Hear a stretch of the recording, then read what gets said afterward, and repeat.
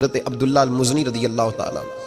کچھ لوگوں کی نا زندگی بڑی مختصر ہوتی ہے، لیکن جتنے زندگی میں لمحات ہوتے ہیں نا، ایک ایک لفظ بڑا قیمتی ہوتا ہے.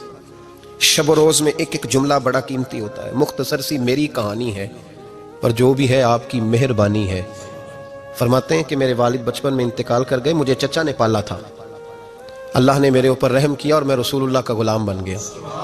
چچا اسلام کا بڑا دشمن تھا، تو مجھے نبی پاک صلی اللہ علیہ وسلم کا نام سننا معاذ اللہ جلال میں آ جاتا تھا سنتے ہی، لیکن مجھ سے رہا نہیں جاتا تھا. اب میں کیا کروں؟ میرا روز دل کرتا تھا مدینے جانے کو. روز میری ماں میرے درد سے آشنا تھی. ایک دن میں تڑپ اٹھا، میں نے کہا اماں مجھے پتا ہے تو نے میری خاطر نکاح نہیں کیا، لیکن اماں میرا اب دل نہیں لگتا، چچا جانے نہیں دیتا. اماں کہنے لگی بیٹے جا، میری طرف سے اجازت ہے. کہتے ہیں میں جا کے چچا کے سامنے کھڑا ہوا. چچا میں نے جانا ہے. کہاں؟ پتہ اسے تھا مسلمان ہے. کہاں جائے گا؟ میں نے کہا مجھے مدینے جانا ہے. کہتے ہیں وہ تو آگ بگولا ہو گیا. کہنے لگا تیرے پاس جو کچھ ہے سارا میرا دیا ہوا ہے. تو میں نے کہا چچا رکھ لے. کہا جیبوں میں جو ہے وہ بھی نکال دے. کہتے میں نے رکھ دیا. پھر جلال میں کہنے لگا یہ جو تو نے کپڑے پہنے یہ بھی میرے ہیں. حضرت عبداللہ المزنی کہتے ہیں میں نے وہ کپڑے بھی اتار کے دے دیے. میرا وجود ننگا ہو گیا. تینوں لب دیں آپ گواچے، سانو اپنی خبر نہ کوئی، ساتھوں پارے ککھ گلیاں دے، ککھ گلیاں دے.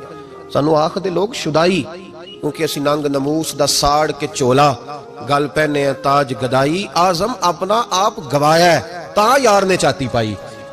فرمانے لگے میں اماں کے پاس گیا اور جا کے کہا اماں پہلے بھی تو میں ایک دن ننگا پیدا ہوا تھا، تو نے کپڑے دیے، پھر ننگا ہو گیا ہوں کپڑے دے.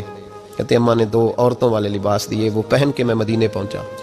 میں بڑی غربتوں میں آیا تھا، میں دیہاتی تھا، مجھے کچھ کرنا نہیں آتا تھا، پر مجھے یوں لگتا تھا کہ مدینے میں سب سے زیادہ عزت میری ہے، سب سے زیادہ. اللہ کے حبیب نے منع فرمایا کوئی اونچا اللہ اللہ نہ کرے. جب کوئی نماز پڑھ رہا ہو، سو رہا ہو تو اس کے سامنے اونچا ذکر نہ کرو. کہتے میں ایک دن اونچا ذکر کر رہا تھا، اونچا میں ذکر کر رہا تھا، کیونکہ عشق لگا سی کھیڈاں کھیڈ دی نوں، تے مینوں کھیڈاں بھول گئیاں. میں کجل پایا سی یار دے ویکھنے نوں، پھر وہ یاد چروندے آئی ڈل گئیاں. حیدر شاہ اس گلی کدے نہ رول دی، پر ہن تے رول گئیاں. کہتے میں اونچا ذکر کر رہا تھا تو حضرت عمر فاروق رضی اللہ تعالیٰ نے ڈانٹ دیا. فرمایا تجھے نہیں پتا حضور نے منع کیا؟ تو عمر نے ڈانٹا تو میں چھپ کے بیٹھ گیا کونے میں. حضور آئے نا نماز پڑھانے تو محبوب نے پتہ کیا وہ عبداللہ کدھر ہے. کہتے میں کونے میں تھا. حضور نے فرمایا کیا ہوا؟ تو میں رو پڑا. میری عزت بڑی تھی نا مدینے میں، کبھی کسی نے کچھ نہیں کہا تھا. نبی کریم نے فرمایا کیا ہوا؟ عرض کی حضور کچھ نہیں. پھر بھی بتاؤ. کہتے میں رو پڑا. میں نے کہا یا رسول اللہ میری غلطی تھی تو سیدنا فاروق اعظم نے ڈانٹ دیا ہے. فرمایا ہوا کیا؟